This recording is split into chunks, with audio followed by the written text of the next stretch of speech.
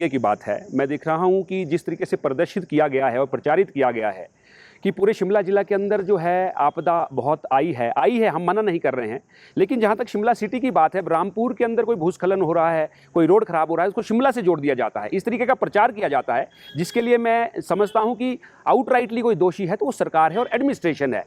Administration और सरकार का जिम्मा है कि किस तरीके से पर्यटन को बढ़ावा देने के लिए शिमला एक ऐतिहासिक जगह है। और आज की डेट में आपने जैसा कहा कि शिमला जो है गुलजार रहता था, लेकिन आज सूना सूना लग रहा है, जिससे कि व्यापारियों का नुकसान हो रहा है, होटलेज का नुकसान हो रहा है। और हिमाचल, मुझे आप एक बात बताइए, हिमाचल केवल मात्र सर्विस सेक्टर के अंदर टूरिज्म हमारे पास है, जिसे हमारे को आय का साधन है। और हिमाचल प्रदेश के अंदर टूरिस्ट आते हैं तो छोटे से बड़े दुकानदार, चाहे वो ठेला लगाने वाला हो, चाहे बड़ा होटल का व्यापारी हो, उन सबका बिजनेस चलता है और इकोनॉमी में पैसा जाता है। तो आज वो देखने को नहीं मिल रहा है, जिसके मैं फिर एक बार दोहरा रहा हूं, जिसके आउटराइटली जो दोषी है वो सरकार और एडमिनिस्ट्रेशन है।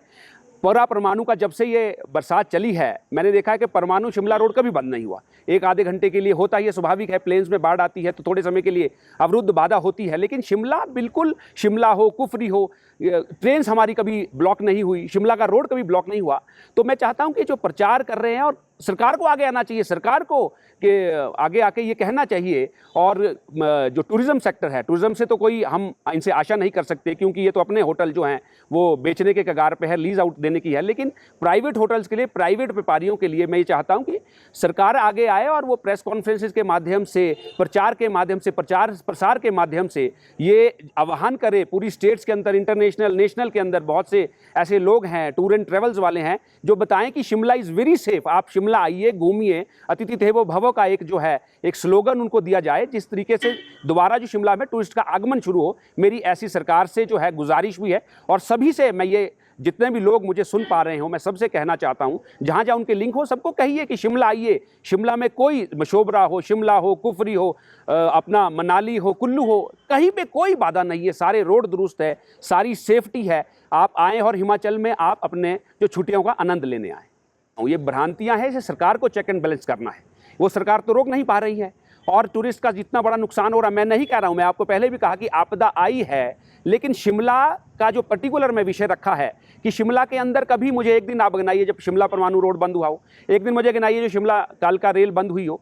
छोटी मोटी ऐसी इतनी बड़ी आपदा में छोटी मोटी त्रुटियां तो रहती हैं, लेकिन ऐसा कोई सेफ्टी का मामला हो, कोई और चीज़ का मामला हो, टूरिस्ट से रिलेटेड कोई मामला हो, ऐसी चीज़ तो कोई हमारे सामने नहीं आई।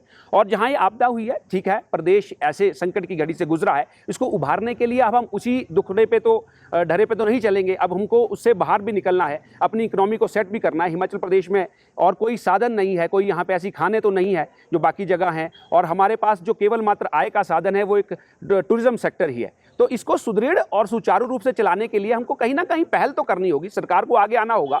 सारे हमारे जितने लोग हैं, टैक्सी यूनियन वाले लोग हैं, चाहे आपके टूर एंड ट्रैवल वाले लोग हैं, होटलियर्स हैं, छोटा व्यापारी है, कहीं ना कहीं उसका खामियाजा ये भुगत रहे हैं।